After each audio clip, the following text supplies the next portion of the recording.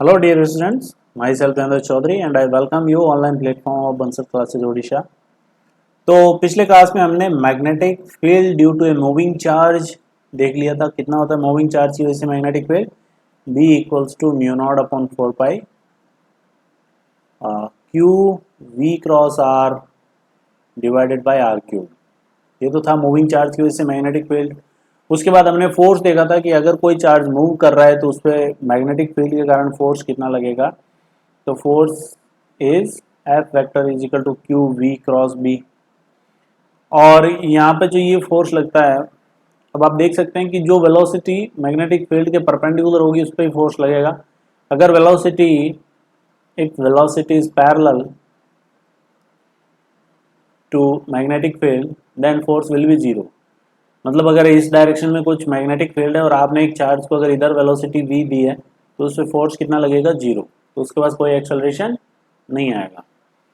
तो जो velocity perpendicular होती है उस वेलोसिटी से, जैसे मान लो ऐसा मैग्नेटिक फील्ड है और इसके परपेंडिकुलर मान लो इधर ये भी एक परपेंडिकुलर ही है, इधर आपने वेलोसिटी दी है तो वो क्या करेगा, इसमें सर्कुलर पाथ बनाएगा और बाहर निकल जाएगा। और अगर अंदर है और आपने ऐसे वेलोसिटी दे दी तो हो सकता है ऐसा पाथ बनाए या फिर ऐसा पाथ बनाए, वो डिपेंड करेगा चार्ज पे। ठीक है, चार्ज को Q हम रखते हैं, Q विद साइन। ये भी अभी डिस्कस कर लिया था। उसके बाद हमने देखा था कि अगर वो सर्किल बना रहा है तो उसकी रेडियस आई थी हमारी m v upon q b. और इससे हमने ये भी देखा था कि किस किस चार्ज पार्टिकल्स को हम सेपरेट कर सकते हैं। जिनका मास चार्ज अलग अलग हो उनको आप सेपरेट आराम से कर सकते हो। रेडियस ये आई थी टाइम पीरियड, टाइम उसके अंदर जो आप टाइम अगर कंप्लीट सर्किल है तो 2 pi m upon q b. बाकी कुछ भी टाइम निकालना हो तो आप theta is equal to omega t से निकाल सकते हैं। और ओमेगा पता है हमको, ओमेगा कितना होता है, क्यू बी बाई एम। तो ये कुछ कुछ फॉर्मूलाज थे जो आपने देखे होंगे, याद करे होंगे इनको। और उसके बाद हमने कुछ क्वेश्चन किए थे। आज हम पहले तो पढ़ेंगे साइक्लोट्रॉन के बारे में और उसके बाद कुछ और चर्चाएं करेंगे। तो सबसे पहले देखते हैं आज का टॉपिक हमारा साइक्लोट्रॉन।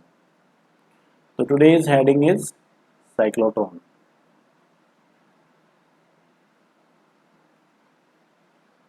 अब साइक्लोट्रॉन बेसिकली कहां पर यूज होता है, तो this is used to get some highly energetic particle, highly energetic charge particle. जैसे अगर आपको एक इलेक्ट्रॉन की बीम चाहिए और उसकी काइनेटिक एनर्जी बहुत ज़्यादा चाहिए तो उसमें किसका यूज़ करते हैं, साइक्लोट्रॉन का। या फिर आपको अल्फा पार्टिकल चाहिए बहुत ज़्यादा काइनेटिक एनर्जी के साथ तो आप साइक्लोट्रॉन का यूज़ कर सकते हैं। लेकिन अगर कोई चार्ज अनचार्ज है, मतलब ऐसा कोई पार्टिकल जिसमें कोई चार्ज नहीं है लाइक न्यूट्रॉन, तो उस पर साइक्लोट्रॉन काम नहीं करेगा। अब किस प्रकार से काम करता है साइक्लोट्रॉन, आप अपनी एनसीईआरटी बुक्स में देख सकते हैं क्या क्या उसका डायग्राम कैसा होता है। हम कुछ कुछ बनाते हैं यहाँ पे। तो ऐसा होता है आपका साइक्लोट्रॉन। तो ये सेटअप होता है। इनको बेसिकली क्या कहा जाता है, इनको कहा जाता है डीज। दीज आर डीज, ये डी शेप में है। और ये एक ऐसा रीजन होता है, इसके अंदर एक मैग्नेटिक फील्ड हम सेट करके रखते हैं इस प्रकार से। अब हम क्यों लगा रखे हैं एक मैग्नेटिक फील्ड, ये आपको पता चलेगा। मैग्नेटिक फील्ड किसी भी चार्ज की वेलोसिटी चेंज कर सकता है बाय डायरेक्शन, उसका मैग्नीट्यूड चेंज नहीं करता। और चार्ज की अगर स्पीड हमें चेंज करनी है तो हमें इलेक्ट्रिक फील्ड लगाना पड़ेगा। तो इस प्रकार से मैग्नेटिक फील्ड है, लेट से अंदर की तरफ वो है बी। ओके, अब जैसे मान लो कोई भी एक चार्ज पार्टिकल है और वो चार्ज पार्टिकल यहाँ पर है इस पोजीशन पे, और हम इसके अंदर इस डायरेक्शन में अगर हम इलेक्ट्रिक फील्ड लगा दें, मान लो यहाँ पर चार्ज पार्टिकल है ये Q, और हमने यहाँ पर इलेक्ट्रिक फील्ड लगा दिया इसके अंदर इस डायरेक्शन में, let's say like this. Okay, तो ये इलेक्ट्रिक फील्ड लगाने से अब चार्ज पार्टिकल इधर एक्सेलरेट होगा, और जब ये चार्ज पार्टिकल यहाँ से यहाँ पहुँचेगा यहाँ पे, तो इसके पास कुछ ना कुछ वेलोसिटी आ चुकी होगी।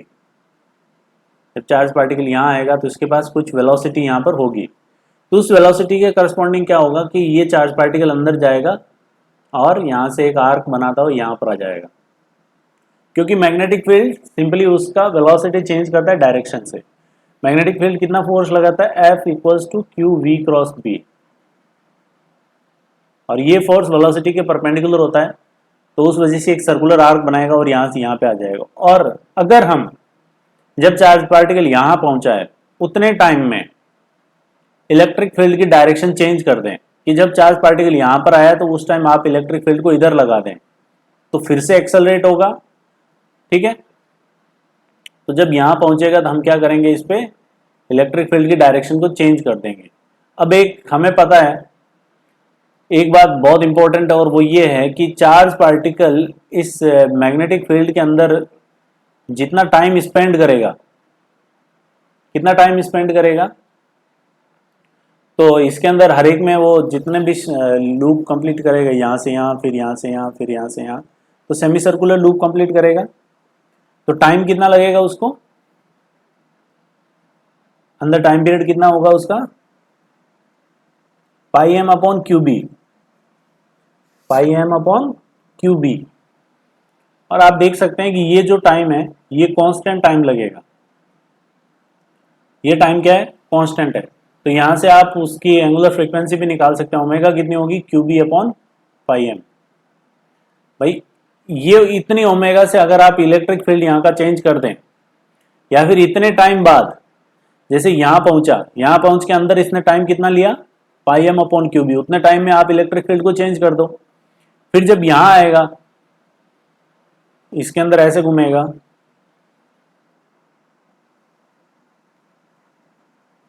चार्ज यहाँ से यहाँ एक्सेलरेट होगा, फिर इसकी वेलोसिटी बढ़ जाएगी तो रेडियस बढ़ जाएगी, m v upon q b. और जब चार्ज पार्टिकल यहाँ आया तो फिर से आप इलेक्ट्रिक फील्ड की डायरेक्शन चेंज कर दो, टाइम फिक्स है तो आप एक कांस्टेंट फ्रीक्वेंसी पे इलेक्ट्रिक फील्ड यहाँ पे चेंज कर सकते हैं। और वो कांस्टेंट फ्रीक्वेंसी पे इलेक्ट्रिक फील्ड कौन चेंज करेगा, alternating current.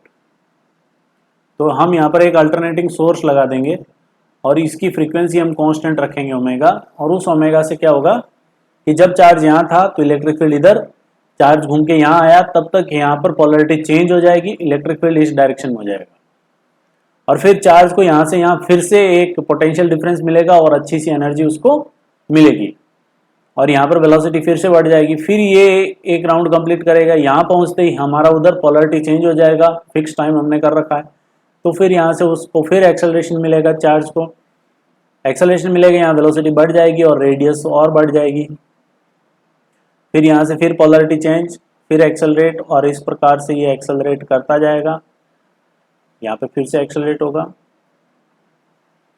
Another one acceleration, और अब उसकी रेडियस बढ़ती जा रही है, अब उसकी रेडियस बहुत ज़्यादा बढ़ चुकी है यहाँ पे।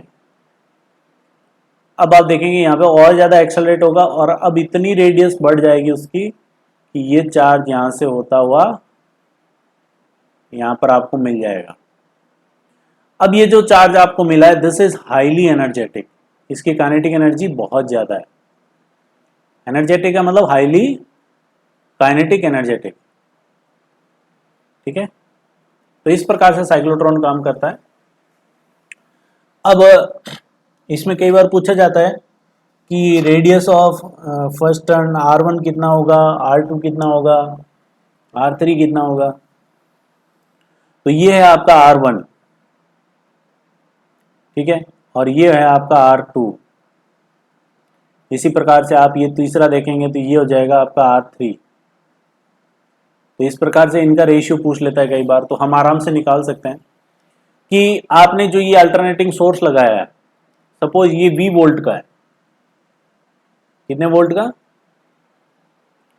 Late alternate voltage of alternating source is V।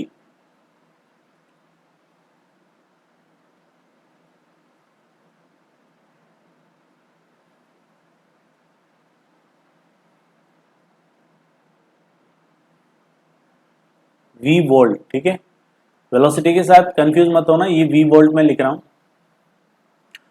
अब जब चार्ज यहां से यहां आएगा तो इसके बीच में v वोल्ट का पोटेंशियल डिफरेंस है, और v वोल्ट का अगर पोटेंशियल डिफरेंस है तो काइनेटिक एनर्जी कितनी इंक्रीज हो जाएगी? सबसे पहले काइनेटिक एनर्जी हो जाएगी उसकी q into v, charge q और वोल्टेज v।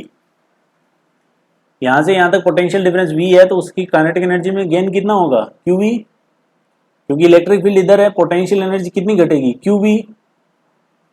इलेक्ट्रिक फील्ड की डायरेक्शन पोटेंशियल एनर्जी, पोटेंशियल घटता है तो पोटेंशियल एनर्जी भी घटेगी अगर चार्ज पॉजिटिव है तो यहां पर काइनेटिक एनर्जी होगी qv। ओके, अब रेडियस r1 कितना होता है? r1 is mv velocity upon qb। mv is momentum, और मोमेंटम और काइनेटिक एनर्जी में हम रिलेशन जानते हैं। मोमेंटम क्या होता है? p इज 2m के e का रूट। आप हाफ एम वी स्क्वायर में ऊपर नीचे m से मल्टीप्लाई और डिवाइड करें, आपको इससे मोमेंटम मिल जाएगा। तो m v is momentum, momentum is 2m under root k e, तो r1 हो जाएगा 2m root over k e is q into v, q into v, v is voltage here और this v is velocity, so don't be confused upon qb। तो this is r1। पहला जो इसने circular loop complete किया है उसकी radius ये है 2m qb upon qb। Okay, आप चाहो तो q से q कैंसिल जो भी हो रहा है उसको कर सकते हो, कोई दिक्कत नहीं है। अब देखते हैं अपन r2। अब r2 कहाँ है? जब ये यहां से ये अच्छा हमने ये r1 लिया ना, कौन सा r1 लिया था? r1 ये है, दिस इज r2। तो r2 में जब ये राउंड कंप्लीट करेगा तब यहां तक तो उसके पास काइनेटिक एनर्जी qv थी, और यहां पे काइनेटिक एनर्जी qv है तो यहां पे भी qv होगी। हमने कहा था कि ये मैग्नेटिक फील्ड कोई वर्क नहीं करता तो काइनेटिक एनर्जी में कोई चेंज नहीं आएगा। अब यहाँ पर इनिशियल काइनेटिक एनर्जी qv थी और आपने इलेक्ट्रिक फील्ड इधर लगा रखा है, तो यहाँ से यहाँ फिर काइनेटिक एनर्जी बढ़ जाएगी। कितनी बढ़ जाएगी? qv। तो यहाँ पहुंचेगा तो काइनेटिक एनर्जी कितनी होगी? 2 times of qv, 2 times of qv। qv यहाँ थी, qv बढ़ गई तो 2 टाइम्स ऑफ qv हो गई। तो this is ke1 and now further ke2 will be 2 times of qv। तो r2 कितना हो जाएगा? r2 is mv is momentum, यहां पर मोमेंटम कितना होगा? रूट ओवर 2m और kinetic energy 2 qv upon root qv। तो ये आप देख सकते हैं ये कितना है? 2m qv upon qv, this is r1। तो root 2 times of r1, root 2 times of r1, this is r2। कितने टाइम्स हो गया उसका? Root 2 times. ठीक है, ऐसे ही अगर मुझे R3 देखना हो तो Ke3 देख लो, Ke3 कितना होगा? यहाँ पर 2 qv है उसकी पोटेंशियल काइनेटिक एनर्जी, यहाँ पहुंचे काइनेटिक एनर्जी कोई चेंज नहीं आएगा, और यहाँ से यहाँ फिर से काइनेटिक एनर्जी बढ़ जाएगी। कितनी? qv। तो 2 qv यहाँ थी, यहाँ हो गई 3 qv। तो R3 कितना हो जाएगा? Root over 2m into 3 qv upon qb। तो ये देख सकते हैं ये कितने टाइम्स है? Root 3 times of r1। तो r1 उसके बाद r2 हो जाएगा रूट 2 टाइम्स, r3 हो जाएगा रूट 3 टाइम्स, और rn निकालना हो तो वो हो जाएगा आपका root n times of r1। अब कई बार डिफरेंस पूछ लेता है इसमें कि r2 माइनस r1 कितना होगा, तो r2 माइनस r1 कितना होगा? Root 2 minus 1 into r1। Okay, तो इस प्रकार से साइक्लोट्रॉन काम करता है। इसमें जनरली यही पूछा जाता है कि रेडियस का रेशियो बताओ, पहली रेडियस दूसरी रेडियस, या फिर पूछ लेगा कि इतने टर्न लिए हैं तो फाइनल काइनेटिक एनर्जी कितनी होगी। अगर 1 टर्न लिया है तो qv, 2 लिए हैं तो 2 qv, और n टर्न्स लिए हैं तो n टाइम्स ऑफ qv।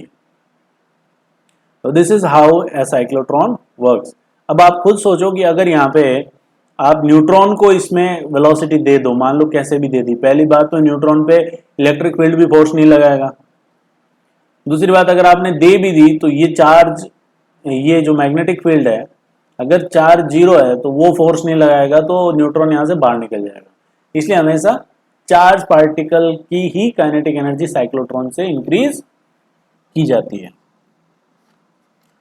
तो आप इसको आराम से पढ़ें, देखें, स्क्रीन पॉज करके नोट करें इसको। चलिए अब हम आगे बढ़ते हैं।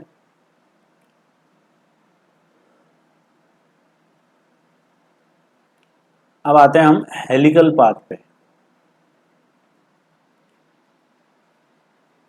हेलिकल मोशन,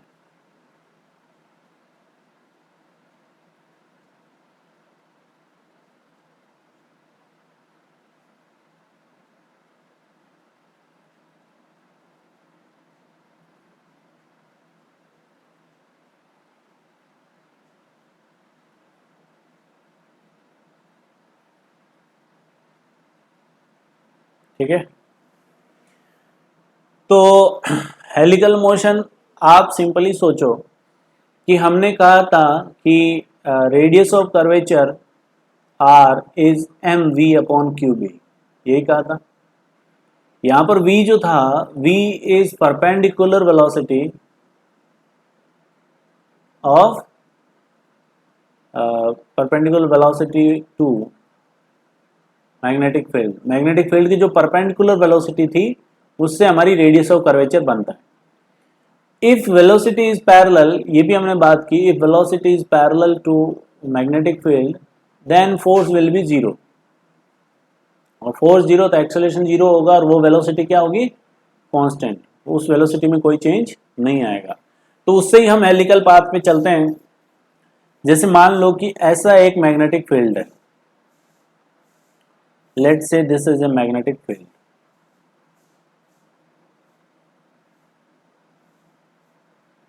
इस direction,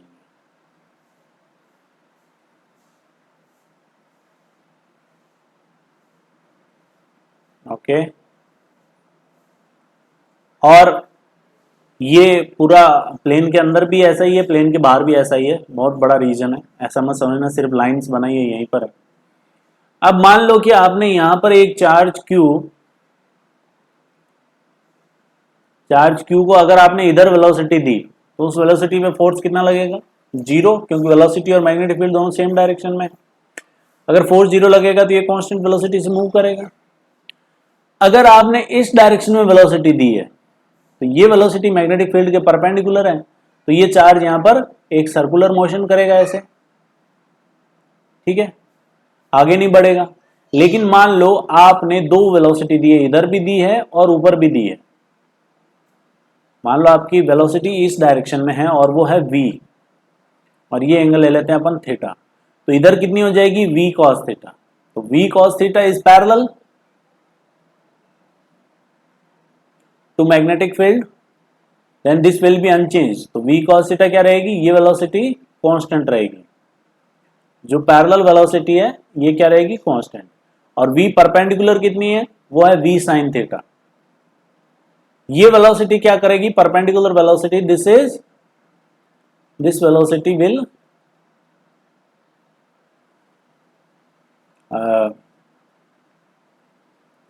make charge to move in circular path।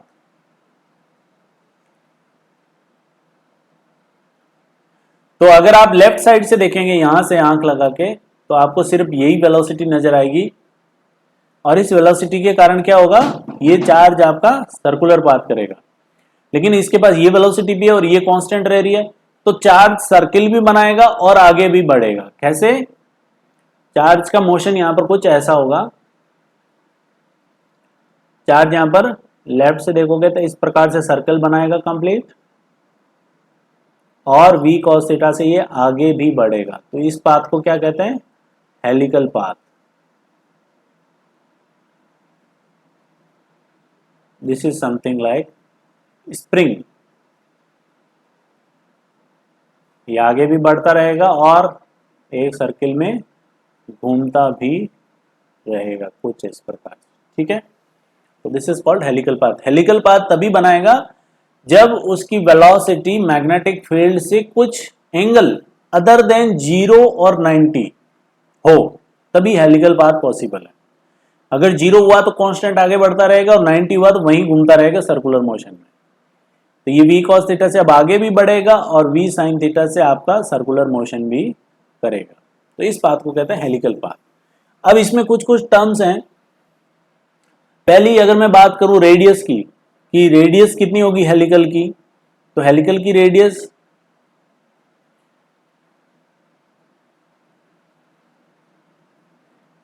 Radius यही होगी आपकी जो सर्किल की रेडियस है ये वाली, तो वो हो जाएगी आपकी m v upon q b. और v कौन सा होगा, परपेंडिकुलर वाला, m v perpendicular upon q b. तो यहाँ पे आप देख सकते हैं, आप v परपेंडिकुलर याद रखें, हम साइन थीटा कॉस थीटा भी लिख लेते हैं क्योंकि कई बार वो एंगल ये दे देगा, ठीक है। तो ये हुआ रेडियस। दूसरी बात यहाँ पर टाइम कितना लगेगा, एक टाइम पीरियड कितना होगा इसका, एक साइकिल कंप्लीट करने में, मान लो यहाँ से शुरू हुआ और ये घूम के वापस यहाँ पहुंचाती है, एक साइकिल कंप्लीट हो गई इसकी, तो उसमें कितना टाइम लगेगा, जितना सर्किल में लगता है। सर्किल का टाइम पीरियड कितना था, 2πm अपॉन क्यू बी। तीसरी चीज आती है यहाँ पर पिच। पिच कहते हैं इसको, ये और इस लेंथ को क्या कहा जाता है, पिच। यहां से लेके यहां तक, या फिर आप यहां से लेके यहां तक कोई भी देख लें, सब क्या है, पिच है। पिच मतलब, pitch is what, distance travelled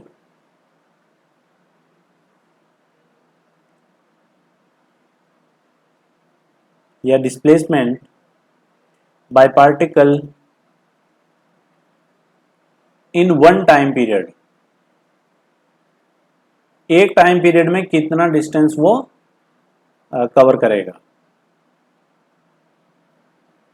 मतलब वो यहां से शुरू हुआ, यहां से गया गया गया गया घूमा, पूरा एक सर्किल कंप्लीट हो गया, लेफ्ट साइड से देखोगे तो पूरा सर्किल कंप्लीट हो जाएगा। तो उतने टाइम में वो आगे कितना बढ़ा, वो पिच है। तो पिच आप निकाल सकते हैं, पिच कितना होगा, टाइम आपको पता है, एक टाइम पीरियड का कितना होता है, 2πm अपॉन क्यू बी, और उसके साथ साथ आप आगे की वेलोसिटी से मल्टीप्लाई कर दें। टाइम पता है, वेलोसिटी कितनी है इस डायरेक्शन में, v cos थीटा, तो v पैरेलल या फिर 2πm upon q b into v cos theta. Okay, तो इस प्रकार से हेलिकल पाथ बनाता है। उसमें आपसे पिच पूछा जा सकता है, और या फिर रेडियस, टाइम पीरियड, या फिर पोजीशन पूछी जा सकती है। Position is most important. तो इस पे हम एक क्वेश्चन करते हैं, पोजीशन कैसे पूछ सकता है वो।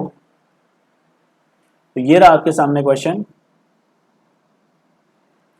तो यहां पर आपको दिया हुआ है velocity 3i cap plus 4k cap है, और magnetic field b not i cap है। तो देख सकते हैं वेलोसिटी, एक तो मैग्नेटिक फील्ड के पैरेलल है 3, और एक परपेंडिकुलर है 4। आपको बताना है कि t इक्वल टू 0 पे अगर पार्टिकल ओरिजिन पे है तो किसी भी टाइम t पे उसकी पोजीशन क्या होगी। तो इसका आंसर मैं लिख देता हूं, जिस चीज का सही आए वो मुझे बताते जाएं।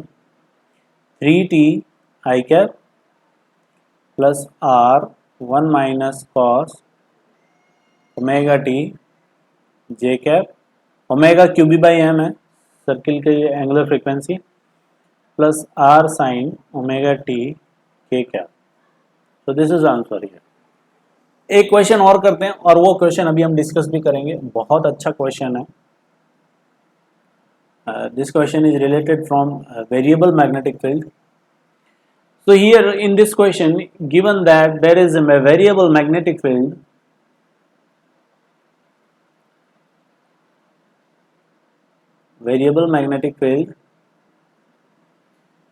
B equals to minus B naught x k cap, और ये कैसे वेरी करेगा वो अभी हम देखेंगे। Now a particle is at origin and given a velocity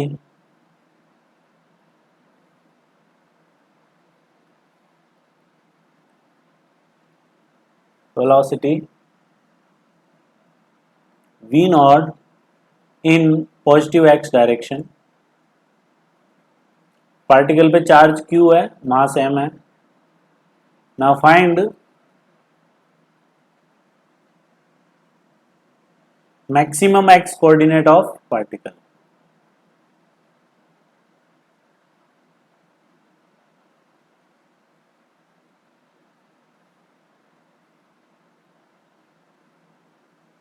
तो ये बहुत ही अच्छा क्वेश्चन है, आप स्क्रीन पॉज करें और इसको सॉल्व करें।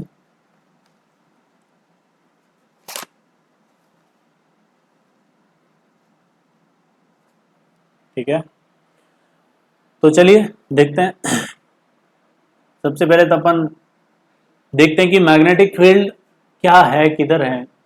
तो पहली बात तो ये कि magnetic field B is minus k cap में है। किधर है? माइनस के कैप में, मतलब प्लेन के अंदर है।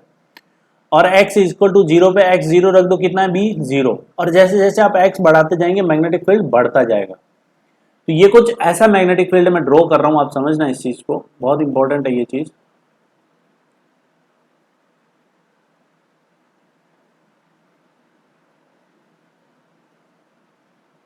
सपोज ये हमारे एक्स वाई कोऑर्डिनेट है और इस कोऑर्डिनेट में ये डायरेक्शन है एक्स और ये है आपकी वाई। तो मतलब एक्स पे तो 0 है मैग्नेटिक फील्ड और है किधर? माइनस के में, मतलब बाहर की तरफ है। तो यहां से आप आगे बढ़ोगे तो यहां पर मैग्नेटिक फील्ड है यहाँ पे, और बाहर की तरफ है ऐसे, इस प्रकार से हम डॉट डॉट लगा देते हैं। डॉट मतलब बाहर की तरफ। और जैसे जैसे आप एक्स में आगे बढ़ते जाओगे ये डॉट क्या होते जाएंगे? डेंस होते जाएंगे। मतलब इसके आगे मैग्नेटिक, जैसे जैसे एक्स बढ़ेगा मैग्नेटिक फील्ड बढ़ता जा रहा है, यहाँ पे लाइंस बढ़ती जा रही है।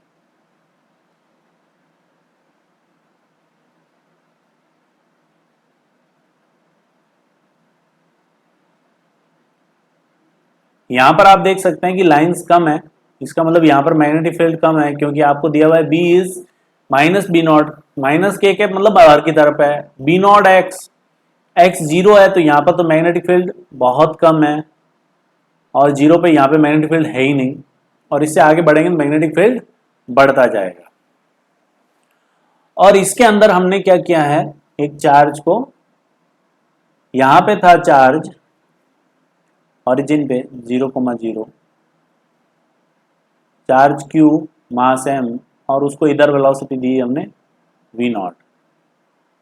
तो हमें पूछा है कि यहाँ पे पूरे में मैग्नेटिक फील्ड है बाहर की तरफ और x बढ़ने के साथ साथ वो बढ़ रहा है। हमें पूछा है कि मैक्सिमम x कोऑर्डिनेट कितना होगा। तो सबसे पहले तो हम देखते हैं कि चार्ज पे फोर्स किधर लगेगा। तो आप देख सकते हैं Q into v cross b, v इधर है b बाहर है, उंगलियां घुमाएंगे तो फोर्स ऊपर की तरफ लगेगा। तो ये चार्ज ऐसे डिफ्लेक्ट होगा और यहां पे आते आते ये ऐसे फिर ऐसा हो जाएगा। ठीक है, और उसके बाद वापस अंदर चला जाएगा। हमें ये एक्स मैक्स निकालना है, ये वाला coordinate, this is x maximum. ठीक है, तो चार्ज ऐसे मूव करेगा। अगर यहाँ पे मैग्नेटिक फील्ड कांस्टेंट होता तो ये सर्कुलर मोशन बनाता और radius m v upon q b होती, वही रेडियस आपकी एक्स मैक्स होता। लेकिन अब मैग्नेटिक फील्ड वेरिएबल है, कुछ इस प्रकार से ये, इसका पाथ अब सर्कुलर नहीं है, ट्रेजेक्टरी कुछ और है। ठीक है, अब कुछ कुछ इंपॉर्टेंट चीज, चाहे मैग्नेटिक फील्ड कांस्टेंट हो चाहे वेरिएबल हो, स्पीड क्या रहेगी? Speed remains constant. क्यों? क्योंकि मैग्नेटिक फील्ड का फोर्स हमेशा वेलोसिटी के परपेंडिकुलर लगेगा और उस फोर्स का कोई वर्क डन नहीं होगा, तो स्पीड हमेशा क्या रहेगी? कांस्टेंट। अगर यहां पर v नॉट है तो आप किसी भी पॉइंट पे देख लें, यहां पर भी उसके पास वेलोसिटी कितनी होगी, स्पीड कितनी होगी? होगी इस डायरेक्शन में, लेकिन होगी कितनी? v not. ठीक है, अब x मैक्स निकालना है। चलिए शुरू करते हैं।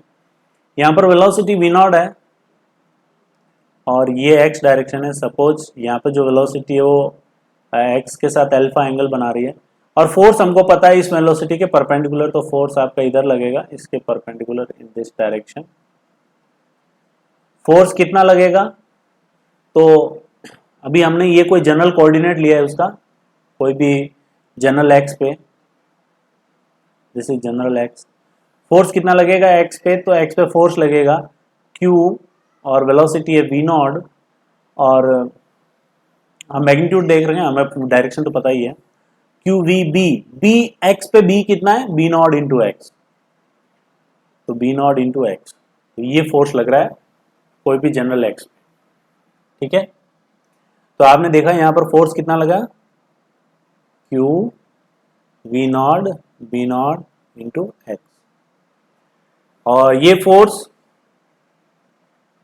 अब इस फोर्स के अगर हम कंपोनेंट करें दो एक्स और वाई में, तो ये हो जाएगा वाई डायरेक्शन और ये हो जाएगा आपका एक्स डायरेक्शन। ये एंगल अल्फा है, ये वाला एंगल भी अल्फा होगा क्योंकि ये कंप्लीट 90 है, ये भी 90 है, तो ये 90 माइनस अल्फा, और ये एंगल भी कितना होगा अल्फा। तो इसका वाई में कितना लगेगा force,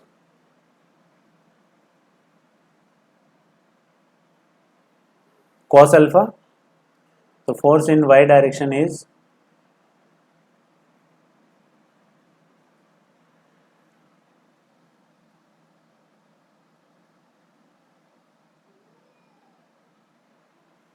force in y direction is q v naught b naught x cos alpha. अब देखो यहां से हम शुरू करते हैं, ठीक है। तो फोर्स इन वाई डायरेक्शन क्या हो गया, mass into acceleration in y direction,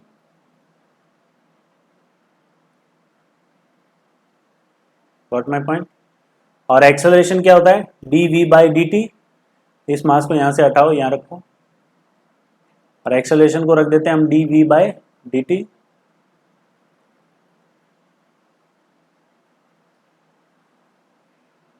D v by upon d t, ठीक है।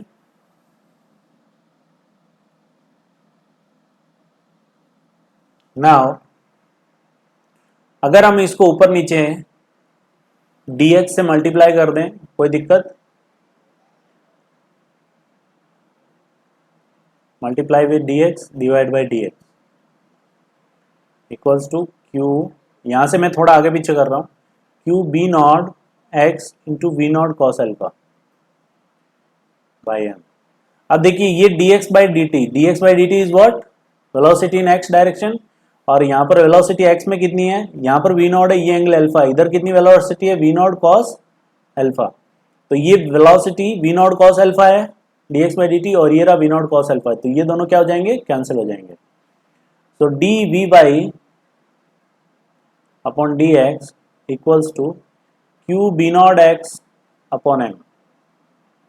अब बहुत सिंपल हो गया ये क्वेश्चन,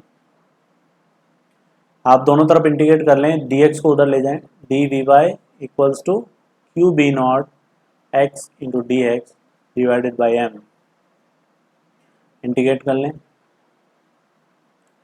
अब देखो, अब इधर लिमिट किसकी लगेगी, वेलोसिटी की, इधर लिमिट x की, तो x जब जीरो था तो y में वेलोसिटी कितनी थी, जीरो, इधर कोई वेलोसिटी नहीं थी, और जब x मैक्सिमम होगा, मान लो वो x है, जब x मैक्सिमम होगा तो वेलोसिटी इधर हो जाएगी, पूरी y में हो जाएगी, और हमको पता है स्पीड चेंज नहीं होती, तो y में कितनी हो जाएगी v नॉट, और x में कितनी हो जाएगी इधर जीरो, इधर vx हो जाएगी जीरो, जब x मैक्सिमम होगा, इससे आगे नहीं जा रहा, मतलब इधर वेलोसिटी जीरो है, तो सारी की सारी किधर है y में, तो y में कितनी हो जाएगी v नॉट,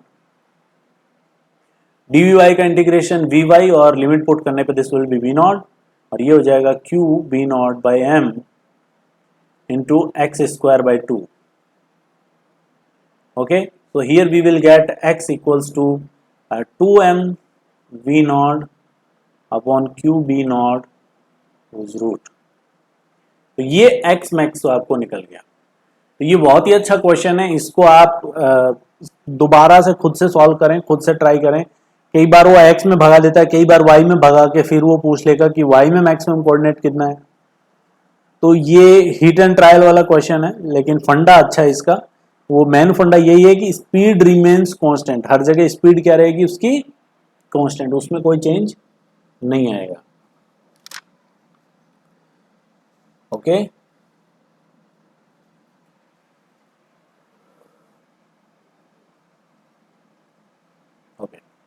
ये था आपका एक बहुत ही लाजवाब बेहतरीन क्वेश्चन।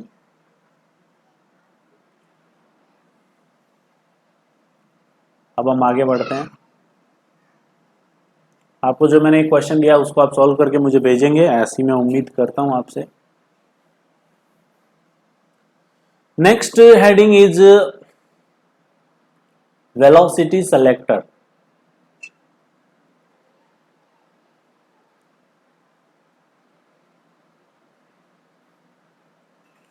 वेलोसिटी सेलेक्टर मतलब कई बार हम कोई बीम जनरेट करते हैं, मान लो हमने चार्ज पार्टिकल्स की एक बीम जनरेट की, उसमें है सारे, जैसे इलेक्ट्रॉन है तो सारे इलेक्ट्रॉन है, बट कुछ की वेलोसिटी ज्यादा है कुछ की कम है, लेकिन हमें चाहिए एक पूरी definite velocity. If we need a definite velocity particle, एक ऐसा पार्टिकल चाहिए जिसकी वेलोसिटी फिक्स हो, उससे ना कम ना ज्यादा। अब बीम बनाई है उसमें कुछ की ज्यादा हो सकती है कुछ की कम हो सकती है, लेकिन हमको फिक्स चाहिए, तो हम यूज करते हैं वेलोसिटी सेलेक्टर का। कैसे यूज किया जाता है वेलोसिटी सेलेक्टर? तो देखिए आप, जैसे मान लो कि इधर से बीम आ रही है, इधर से एक चार्ज पार्टिकल आ रहा है q, मास m, और हमें जो वेलोसिटी चाहिए वो है सपोज v। हमें इसी वेलोसिटी वाले पार्टिकल चाहिए। अब हम क्या करते हैं, इसके सामने एक स्लिट लगा देते हैं इस प्रकार से, और यहाँ पे एक छेद रख देते हैं ऐसे, ठीक है। और ये चार्ज पार्टिकल यहाँ से ऐसे निकल जाएगा, लेकिन इसके साथ साथ अनवांटेड पार्टिकल भी आएंगे जिनकी वेलोसिटी v से ज़्यादा या कम है। तो हम क्या करते हैं, यहाँ पर कुछ एक फील्ड लगाते हैं। कैसे फील्ड? तो जैसे मैं एक तो लगा लेता हूँ मैग्नेटिक फील्ड अंदर की तरफ। अभी हम देखेंगे कि उससे क्या फर्क पड़ेगा। ये अंदर की तरफ मैंने मैग्नेटिक फील्ड लगा लिया। अच्छा, अब मैग्नेटिक फील्ड लगा लिया, अब क्या होगा, जब ये चार्ज पार्टिकल जाएगा तो इस पे फोर्स किधर लगेगा, ऊपर की तरफ। मान लो ये चार्ज पार्टिकल यहाँ आया, इस पे इसकी वेलोसिटी इधर है v, तो ऊपर की तरफ कितना फोर्स लगेगा, QVB। हम लेकिन हमें ये पार्टिकल v वेलोसिटी वाला परफेक्ट यही चाहिए, तो इतना ही फोर्स अगर हम नीचे लगा पाए तो इस पे नेट फोर्स 0 हो जाएगा। और नीचे हम किसकी सहायता से लगाएंगे, यूजिंग इलेक्ट्रिक फील्ड। तो हम इस डायरेक्शन में क्या लगा लेते हैं, इलेक्ट्रिक फील्ड, कुछ ऐसे। और वो इलेक्ट्रिक फील्ड E, तो इस पे ऊपर मैग्नेटिक फील्ड QVB लगा रहा है और नीचे लगा रहा है इलेक्ट्रिक फील्ड E। अब इस पे जो ये नेट फोर्स है, मैं वेक्टर के साथ लिख रहा हूं, QV cross B plus QE vector, ठीक है। हमको पता है दोनों अपोजिट डायरेक्शन में है, तो दोनों कैंसिल कर देंगे। इस पूरे नेट फोर्स को बोला जाता है लॉरेंज फोर्स। इसको क्या बोला जाता है, लॉरेंज फोर्स। QVB और QE, electric plus magnetic field, दोनों के फोर्सेस को बोला जाता है लॉरेंज फोर्स। तो वेलोसिटी सेलेक्टर में लॉरेंज फोर्स को क्या कर दिया जाता है, 0। अगर आप यहां पर लॉरेंज फोर्स को 0 करेंगे तो एक तो आपको पता चल जाएगा कि अगर आप 0 करेंगे तो कितना आएगा, V cross B equals to minus E। तो एक तो माइनस साइन से ये पता चला कि इलेक्ट्रिक फील्ड आपके V क्रॉस B के अपोजिट होना चाहिए। तो V इधर है, B अंदर है, तो V क्रॉस B इधर हुआ, तो उसके अपोजिट डायरेक्शन में इलेक्ट्रिक फील्ड होना चाहिए। और दूसरी बात, मैग्नीट्यूड वाइज अगर देखें तो इलेक्ट्रिक फील्ड किसके बराबर होना चाहिए, VB के, है ना, किसके बराबर होना चाहिए, VB के। तो यहां से आप V निकाल सकते हैं, V कितना आएगा, E अपॉन B। V कितना आया, E अपॉन B। अब समझना ध्यान से, अब इस चार्ज पार्टिकल पे नेट फोर्स 0 हो गया, तो ये चार्ज पार्टिकल क्या करेगा, यहां से सीधा मोशन करेगा और इस स्लिट से कहां जाएगा, बाहर। इसकी वेलोसिटी कितनी होगी, v। और v कौन डिफाइन करेगा, e अपॉन b का रेशियो, e और b का रेशियो। आपको अगर v ज्यादा चाहिए तो e बढ़ा दो, b बढ़ा दिया तो v कम हो जाएगा। कुछ भी करके आप v को मैनिपुलेट कर सकते हैं। अब जिसकी वेलोसिटी v से ज्यादा है, किसी की velocity greater than let's say इस ये बड़ा v है, इस v से ज्यादा है,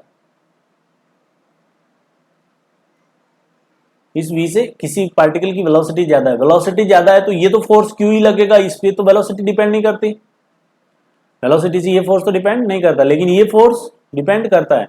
तो क्या होगा कि ये फोर्स ज्यादा हो जाएगा तो वो चार्ज जिसकी वेलोसिटी v से ज्यादा है वो क्या होगा, इधर डिफ्लेक्ट हो जाएगा और वो बाहर नहीं आएगा। लेकिन अगर किसी चार्ज की वेलोसिटी v से कम है तो ये फोर्स कमजोर हो जाएगा, ये ताकतवर हो जाएगा, तो वो चार्ज इधर आ जाएगा, यहां पर टकरा जाएगा, यहां पे नहीं पहुंचेगा। तो जिसकी परफेक्ट v होगी वही चार्ज यहां से इधर जाएगा। और परफेक्ट v हम कैसे चेंज करेंगे, मान लो हमें ज्यादा चाहिए तो इलेक्ट्रिक फील्ड बढ़ा दो, ज्यादा वेलोसिटी वाला चाहिए तो इलेक्ट्रिक फील्ड बढ़ा दो या मैग्नेटिक फील्ड घटा दो, जो आपको सुटेबल लगे वो कर दो। तो this is how we produce a fix definite velocity particle, कि हमें भाई 2 किलो जूल एनर्जी वाला ही चाहिए, तो उसकी आप वेलोसिटी निकाल लें और उसके हिसाब से इलेक्ट्रिक फील्ड और मैग्नेटिक फील्ड सेट कर लें, वही मिलेगा आपको। दूसरा पार्टिकल आएगा ही नहीं आपके पास, वो सारे क्या हो जाएंगे, यहाँ पे डिफ्लेक्ट हो जाएंगे। सो ये हमने बहुत मेजर पोर्शन इसका कंप्लीट कर लिया है, और भी देखेंगे हम कल की क्लास में। कल की क्लास थोड़ी बड़ी बनाऊंगा मैं, 1-1.5 घंटे तकरीबन बनाएंगे, ताकि उसमें हम इलेक्ट्रिक करंट पे भी फोर्स जो लगेगा वो भी डिस्कस कर लेंगे। सिर्फ अब करंट पे फोर्स बचा है, उसके बाद मैग्नेटिक इफेक्ट ऑफ करंट आपका कंप्लीट हो जाएगा। So this was the today session, आप ज़रूर इसको देखें, बहुत इंटरेस्टिंग है। और मिलते हैं हम कल की क्लास में, तब तक के लिए बाय बाय।